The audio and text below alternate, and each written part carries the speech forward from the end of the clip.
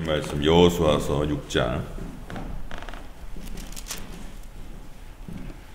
여호수아서 6장 1절에서 7절입니다.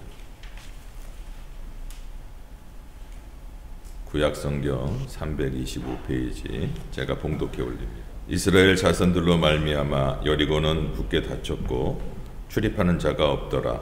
여호와께서 여호수아에게 이르시되 보라, 내가 여리고와 그 왕과 용사들을 내 손에 넘겨주었으니 너희 모든 군사는 그 성을 둘러 성 주위를 매일 한 번씩 돌되 여세 동안을 그리하라. 제사장 7은 7 양각 나팔을 잡고 언약궤 앞에서 나아갈 것이요 7째 날에는 그 성읍을 성을 7번 돌며 그 제사장들은 나팔을 불 것이며 제사장들이 양각 나팔을 길게 불어 그 나팔 소리가 너희에게 들릴 때에는 백성은 다 큰 소리로 외쳐 부를 것이라.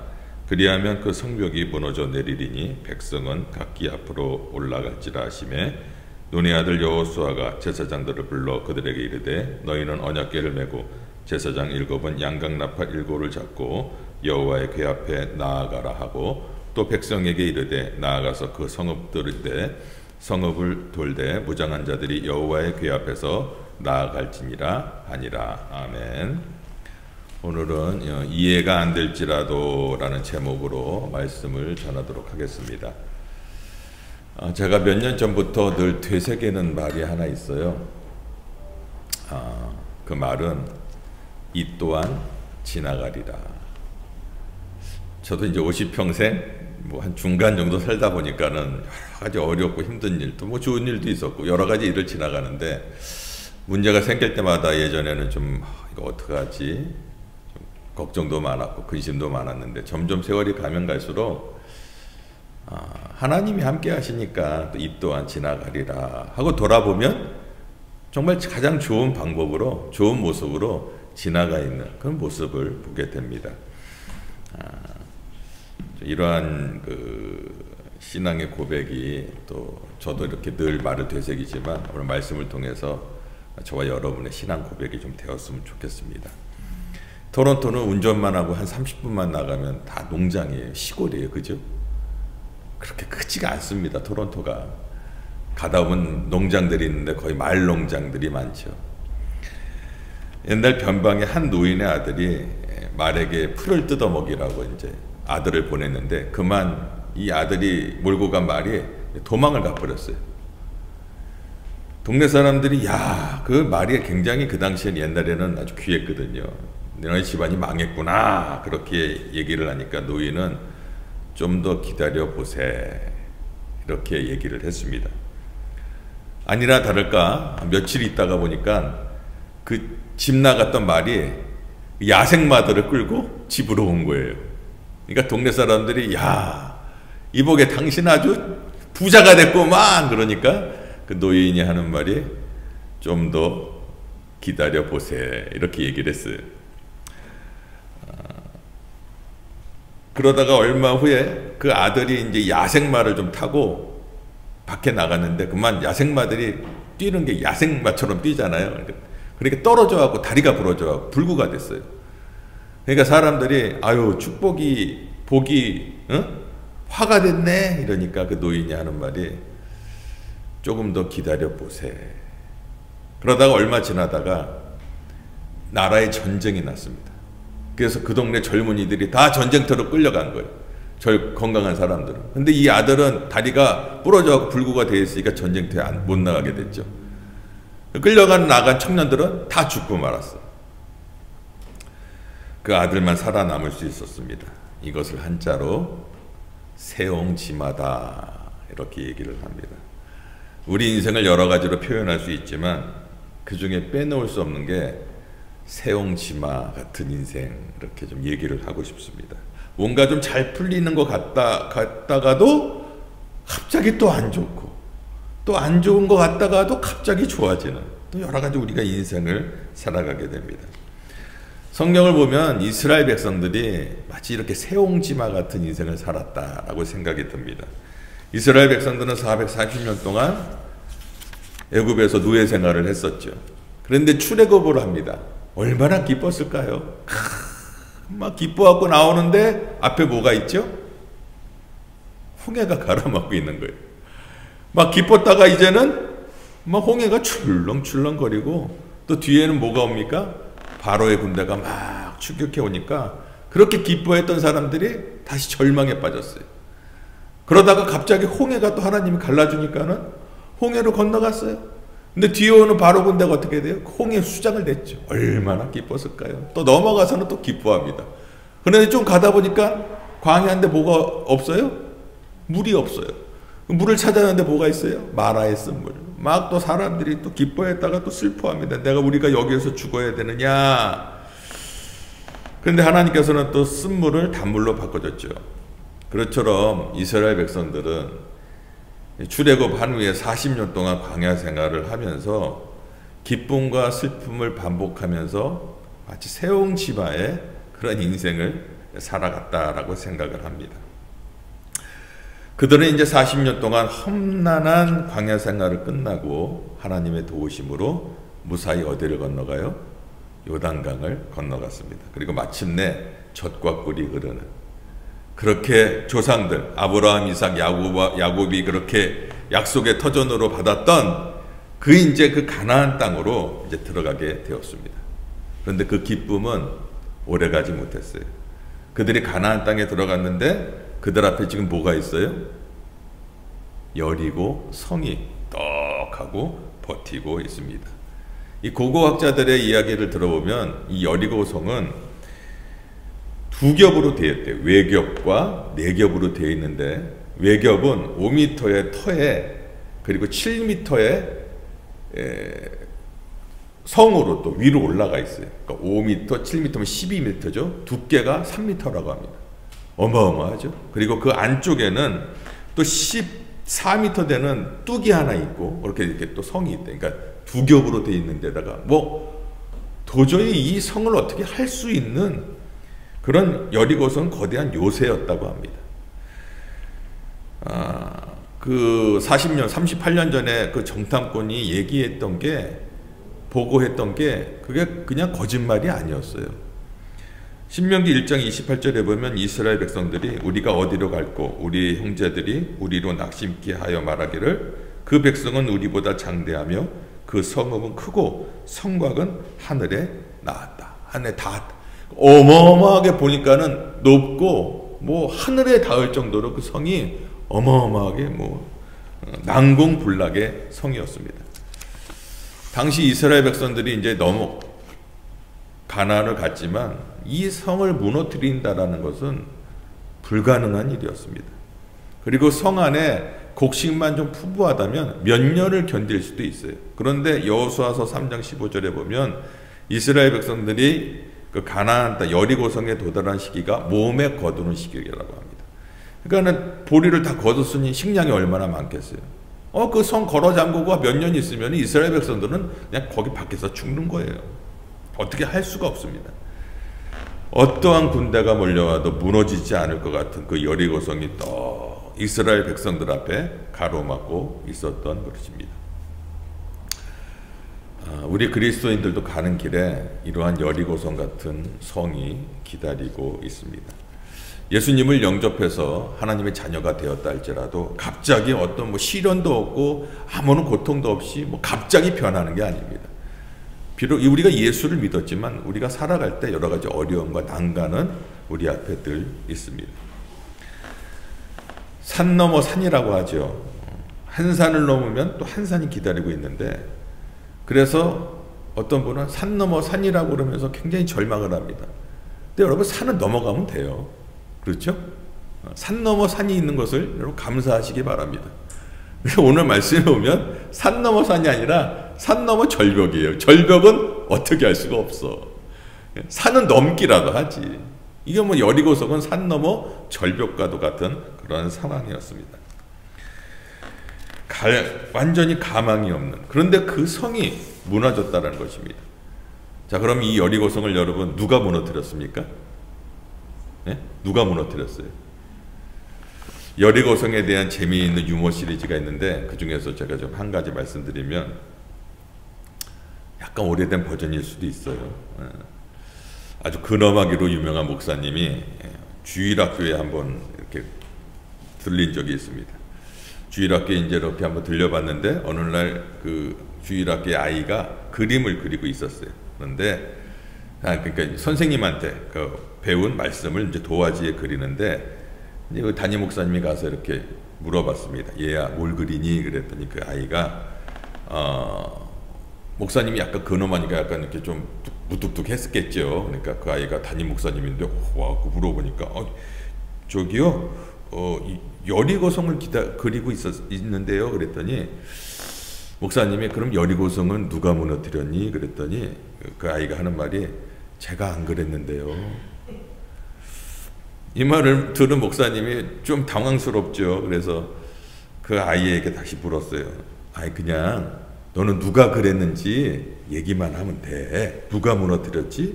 그랬더니 아이의 눈에 눈물이 피식 돌면서 제가 안 그랬다니까요. 그런데 주일학교 담임 선생님이 딱 들어오신 거예요. 목사님이 아이가 막 울고 있으니까는 선생님이 뭐 무슨 일이세요? 그랬더니 아니 그 일이 아니라 아이가 그림을 그리고 있어서 여리고성이라고 하길래 누가 여리고성을 무너뜨렸는지 물어보았습니다. 그랬더니 그 주일학교 담임 선생님이 아이의 머리를 꼭 안으면서 목사님 이 아이는 정직한 아이입니다. 그런 짓 할 아이가 아닙니다. 그렇게 얘기했대요. 목사님이 충격을 받았어요. 그런데 주일학교 부장 장로님이 딱 들어오신 거예요. 장로님이 이렇게 보니까는 막 애는 울고 선생님 안고 있고 그래서 장로님한테 얘기한 거예요. 장로님 이 아이에게 여리고성 누가 무너뜨렸냐고 하니까는 선생님이 이 아이는 정직한 아이라고 얘가 안 했다고 그러는데 장로님이 이거 어떻게 생각하세요? 그랬더니 그 여리고성 다시 짓는데 얼마나 듭니까? 그렇게 물어봤대요. 담임 목사님이 졸도한 사건입니다. 여러분 여리고성 누가 무너뜨렸습니까? 하영아 누가 무너뜨렸어요? 하나님이 무너뜨렸죠. 예? 하영이도 너가 혹시 무너뜨린 건 아니지? 성경을 많이 읽어야 됩니다. 여러분 근데 이 이야기가 오늘 무엇을 가르쳐주고 있습니까? 뭐 이스라엘 백성들은 운 좋은 백성들이다. 아니면 가나안 그 백성들이 건물을 지을 때 부실공사를 했다. 기술이 부족했다. 이런 걸 말하는 거예요. 그게 아니라 사람이 할 수 없는 것은 하나님이 하실 수 있다는 것을 우리에게 말하고 있는 것입니다. 우리 앞에 아무리 거대한 문제가 있을지라도 하나님께서 하시면 그 문제들을 다 무너뜨릴 수 있다라고 우리에게 말씀해주고 있는 것입니다. 그런데 우리가 하나님의 도우심을 받으려고 하면 우리도 준비해야 될 것이 좀 몇 가지 있어요. 그럼 거기가 오늘 무엇인지, 이 거대한 성을 무너뜨리려면 하나님이 하시는데 하나님이 우리와 동역을 하시길 원하시거든요. 그럼 우리는 무엇을 준비해야 되는지에 대해서 알아보도록 하겠습니다. 첫 번째는요, 이 여리고성 같은 큰 문제들을 넘으려면 순종의 무기가 필요합니다. 따라하겠습니다. 순종의 무기가 필요합니다. 순종이란 하나님의 말씀에 우리가 믿음으로 반응하고 믿음으로 나아가는 것입니다. 믿음으로 그 말씀에 순종하는 거예요. 당장이 이해가 되지 않더라도 내가 이제까지 배운 경험과 지식과 내 모든 것들로 이게 이해가 안 되더라도 하나님이 말씀하셨기 때문에 그 말씀에 따라 순종하는 것이 믿음인 것입니다. 여리고성 앞에 있는 이스라엘 백성들은요, 지금 여리고성을 보지 않았어요.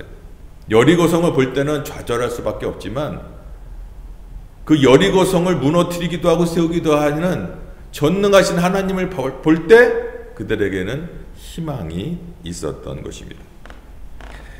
3절과 5절에 보면요, 이제 그 순종했던 명령이, 하나님께서 하라고 했던 명령이, 근데 인간적으로는 도저히 이해가 안 되는 명령이에요. 3절에서 5절 보면 너희 모든 군사는 그 성을 둘러 주위를 매일 한 번씩 돌되 엿새 동안을 그렇게 하라고 그러고, 그리고 7째 날에는 그 성을 7번 돌면서 제사장들은 나팔을 불 것이고, 나팔을 불 때 이스라엘 백성들은 소리를 질러라. 이거 가만히 들으면요, 이 아이들 장난과 같은 명령이죠. 무슨 칼이나 창, 화살 뭐 이런 것들을 만들어서 이렇게 쏘거나 뭐 아니면 어떻게 해라 뭐 이렇게 그런 방법을 가르쳐 주는 것이 아니라 그냥 성을 돌려요. 하루에 한 번씩. 그리고 7째 날에는 7번 돌라. 그럼 이 작전을 이해할 수 있으세요?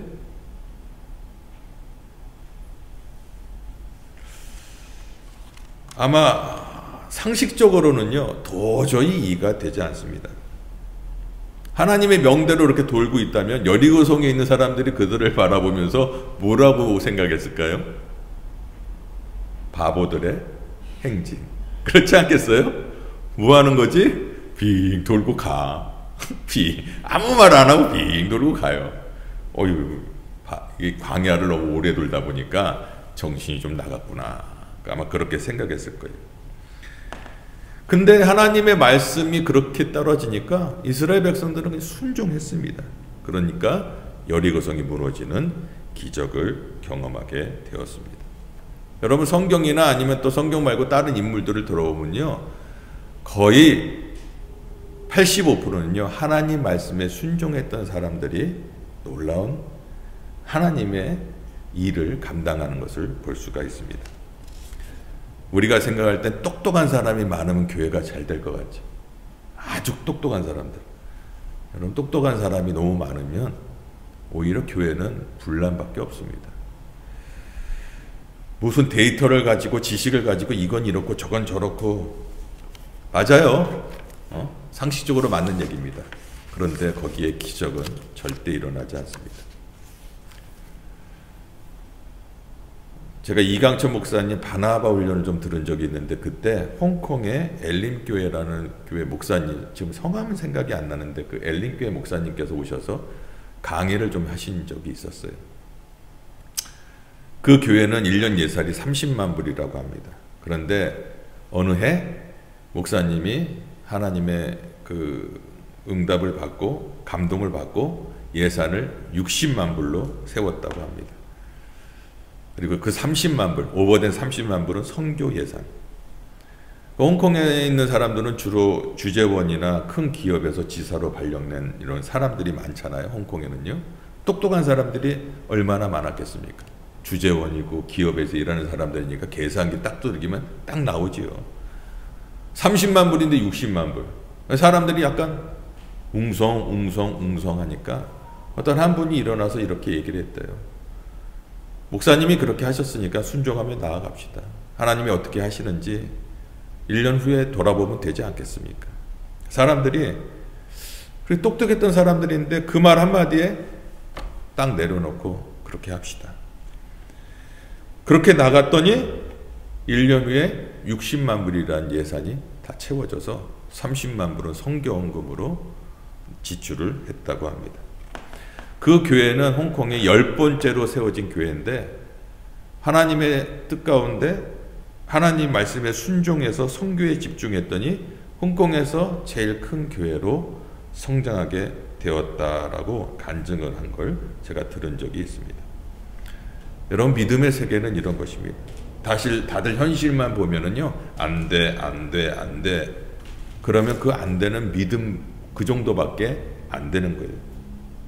믿음으로 나아가면 누군가가 돕는 사람이 나타나고, 믿음으로 나아가면 마리아처럼 자기 옥합을 깨는 사람들이 나오게 돼 있는 것입니다.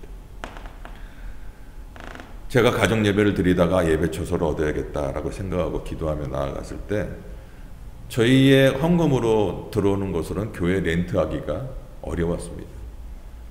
옛날에는 그냥 교회 렌트를 교회들이 잘 해줬지만은 지금은 교회 렌트 하려고 그러면 기본이 뭐 1,500불, 2,000불 그렇지 않습니까? 그래서 기도하면서 여러 군데 알아봤는데 길이 딱 막힌 것 같더니 하나님께서 길을 열어주시니까 하나님께서 이곳에 우리의 예배 처소를 허락해 주셨습니다.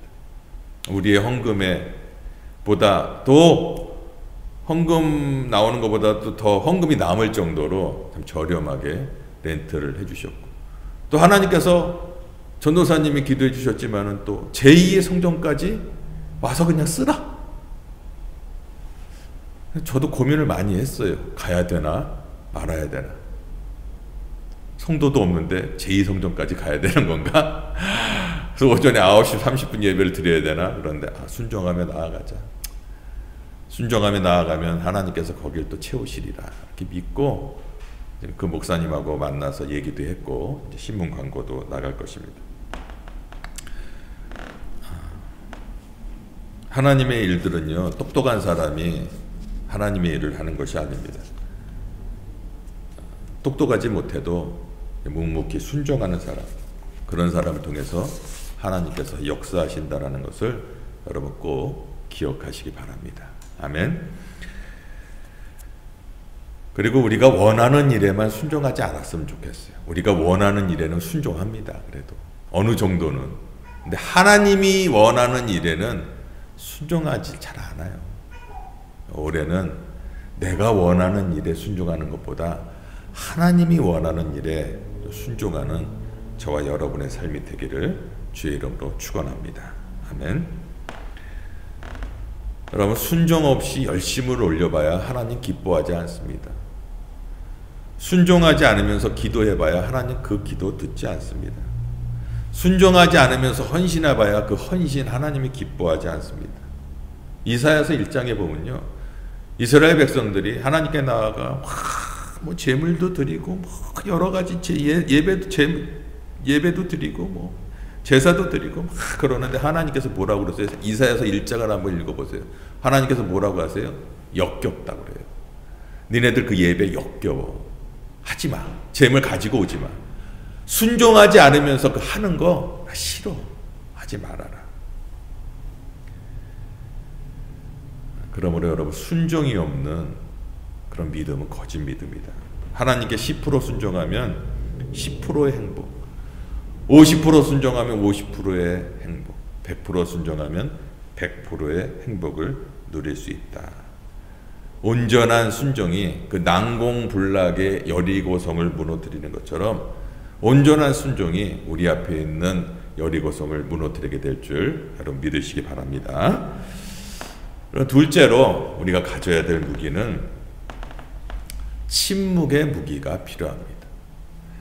하나님께서는 여리고성을 점령을 앞둔 그 이스라엘 백성들에게 침묵을 명했어요. 10절에 보면, 6장 10절에 보면 여호수아가 백성에게 명령하여 이르되 너희는 외치지 말며 너희 음성을 들리게 하지 말며 너희 입에서 아무 말도 내지 말라. 그리하다가 내가 너희에게 명령하여 외치라 하는 날에 외칠지니라 하고, 침묵을 말리겠어요. 너의 음성을 들리게 하지 말며. 예전에는요, 들레지 말며 이렇게 되어 있는데 지금의 개역 개정이 조금 더 쉽게 번역되어 있는데 새 번역은 더 쉽게 되어 있습니다. 어찌됐건 원문에는 왁작지껄 떠들지 말라. 그러니까 침묵해라. 사실 여러분, 인간적인 관점에서 볼 때는 하나님께서 지금 이렇게 말씀하신 작전은 말도 안 되는 작전입니다. 전쟁이에요. 그런데 이 전쟁을 하지 않고 성주위만 빙빙 돌라고 하는 건 도저히 이해가 되지 않습니다. 그리고 돌 때 침묵하래요. 도대체 이해가 안 됩니다. 근데 하나님께서는 우리에게 때때로 침묵을 요구할 수가 있습니다. 왜 그럴까요?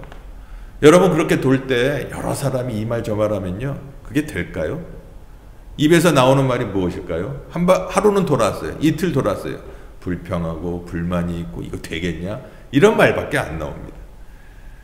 우리가요, 문제가 있을 때 우리가 입으로 떠들어서 말로 인해서 문제를 더 그르칠 때가 얼마나 많은지 모릅니다. 침묵하라. 여러분, 독수리가 가장 좋아하는 그 먹이가 뭔지 아십니까? 두루미라고 합니다. 이 두루미는 이 육지에서도 이렇게 물가에서도 굉장히 시끄럽대요. 두루미들이 있는 거예요. 시끄럽대요. 떠들기를 좋아하는 새라고 합니다. 그리고 날아다닐 때도 떠든대요. 막 떠든대요. 그러니까 독수리가 가장 좋아하게 된 거는 떠드니까 소리가 들리는 거예요. 그러니까 저기 두루미 가고 있구나. 그래서 이 두루미를 잡아먹는 거예요. 나 여기 있으니 나 잡수셔 이렇게 떠드는 거죠. 그런데 조류학자들이 좀 신기한 현상을 발견하는데 나이가 많고 경험이 많은 두루미는 날기 전에 입에다가 큰 돌들을 문다고 합니다. 그 가는 이유가 이 돌을 물고 있으면 떠들지 못하잖아요. 응?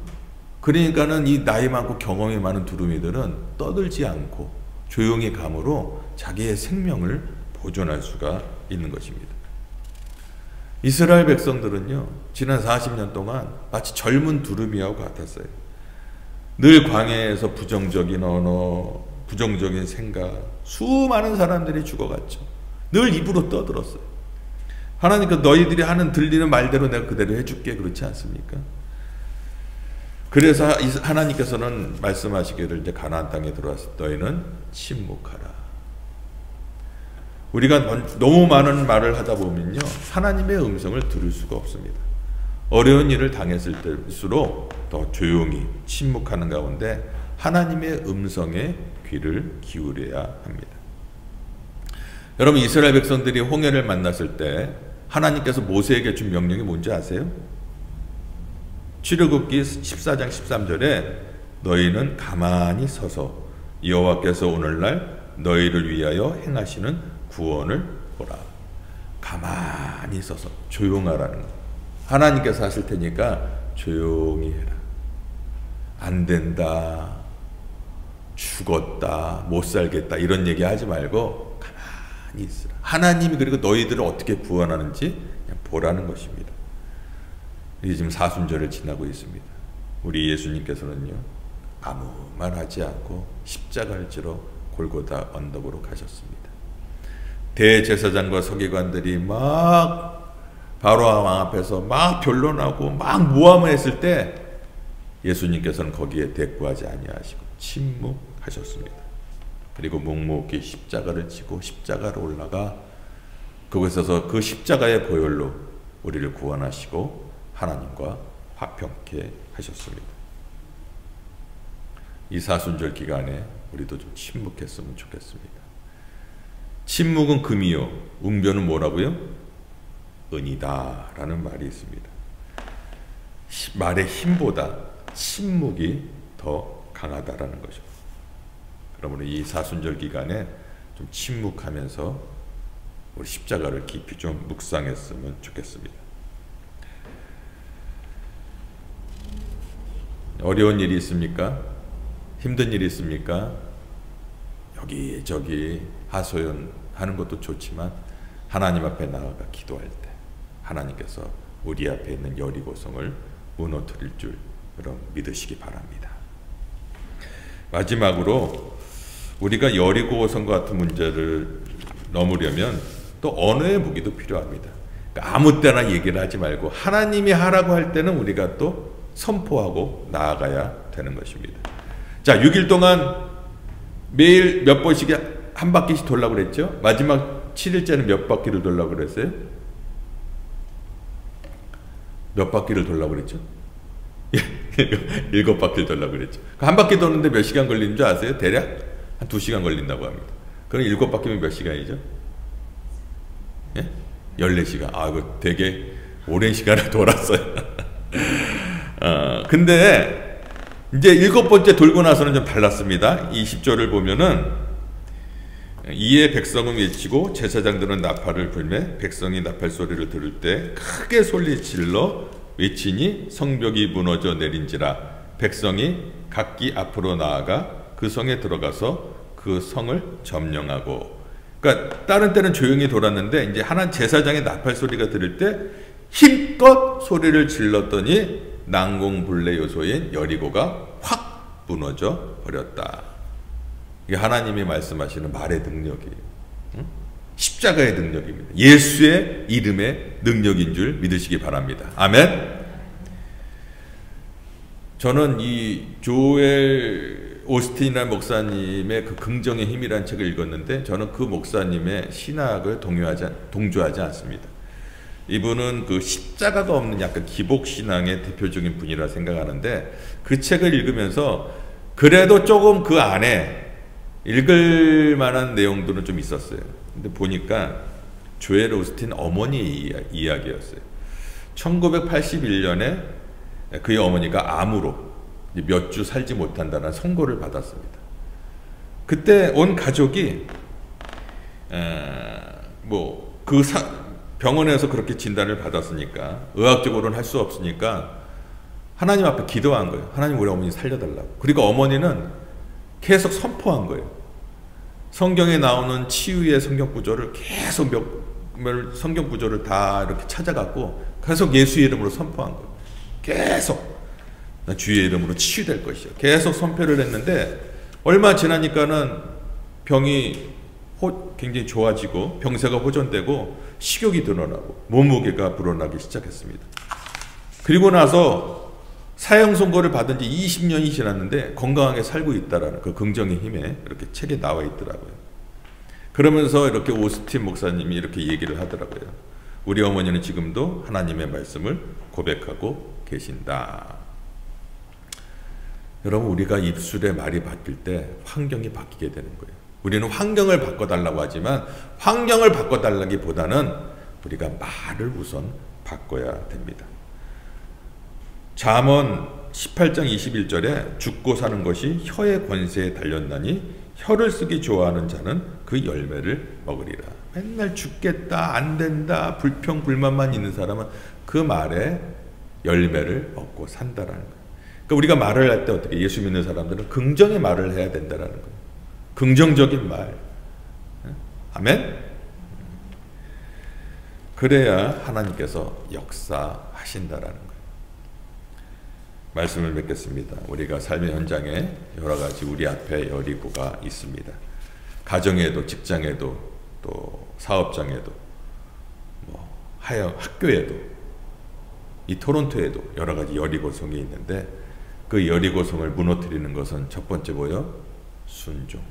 두 번째 침묵. 세 번째 말의 힘. 저 긍정적인 언어. 오늘 말씀을 통해서 여러분 깨달았다면 우리가 좀 정말 내가 원하는 것만 순종하지 마시고 하나님이 원하는 일에 순종하시고, 때로는 문제가 있을 때 막 입으로 얘기해서 덜내지 마시고 조용히 침묵하면서 하나님의 음성을 들으시고, 또 하나님이 선포하러가 있을 때 주님의 이름으로 선포할 때 여러분 삶 가운데 여리고 성들이 다 무너져 내릴 줄 믿으시기 바랍니다. 기도하겠습니다.